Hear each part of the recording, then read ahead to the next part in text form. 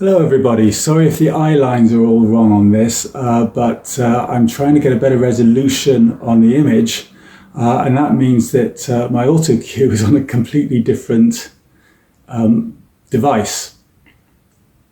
So we'll see how it goes.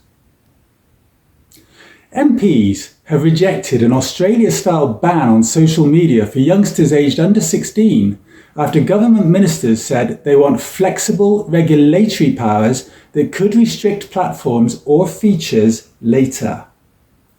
As reported by me, the Conservative Party had supported a ban for under 16s, and peers added it into the Children's Wellbeing and Schools Bill when it was debated in the House of Lords.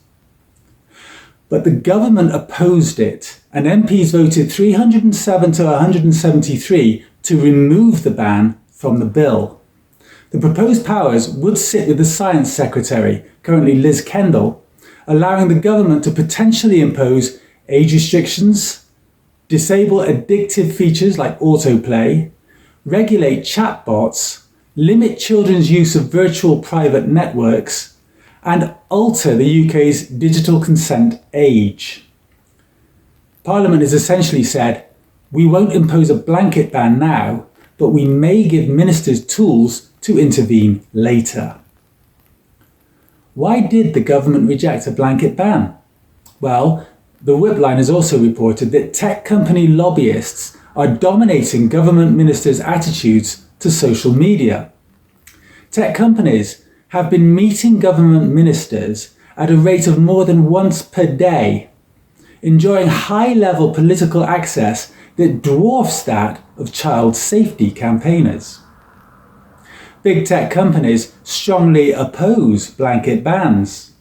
A ban removes a large future user base from their platforms and undermines growth models built around early engagement. So, governments are often urged to prefer what they call flexible regulatory powers or consultations rather than hard prohibitions. The most important line in the BBC report is therefore the one about consultation. It says Education Minister Olivia Bailey said, "Last week the government launched a consultation to seek views to help shape our next steps and ensure children can grow up with a safer, healthier and more enriching relationship with the online world." The consultation will look at whether social media platforms should come with a minimum age requirement and whether platforms should switch off addictive features such as autoplay. That is a delay mechanism as much as a regulatory tool. And that is where it overlaps with the lobbying story. When governments move slowly while tech firms have constant access to ministers, those firms gain more time to shape the eventual rules. That does not prove lobbying determined the vote, but the policy outcome fits the pattern.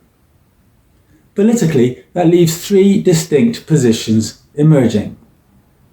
Conservatives, under Kemi Badenoch, want an explicit ban on under 16s using social media. The government wants to regulate platforms and keep the option of restrictions open. And some campaigners and Lib Dems want stronger immediate action, potentially including bans.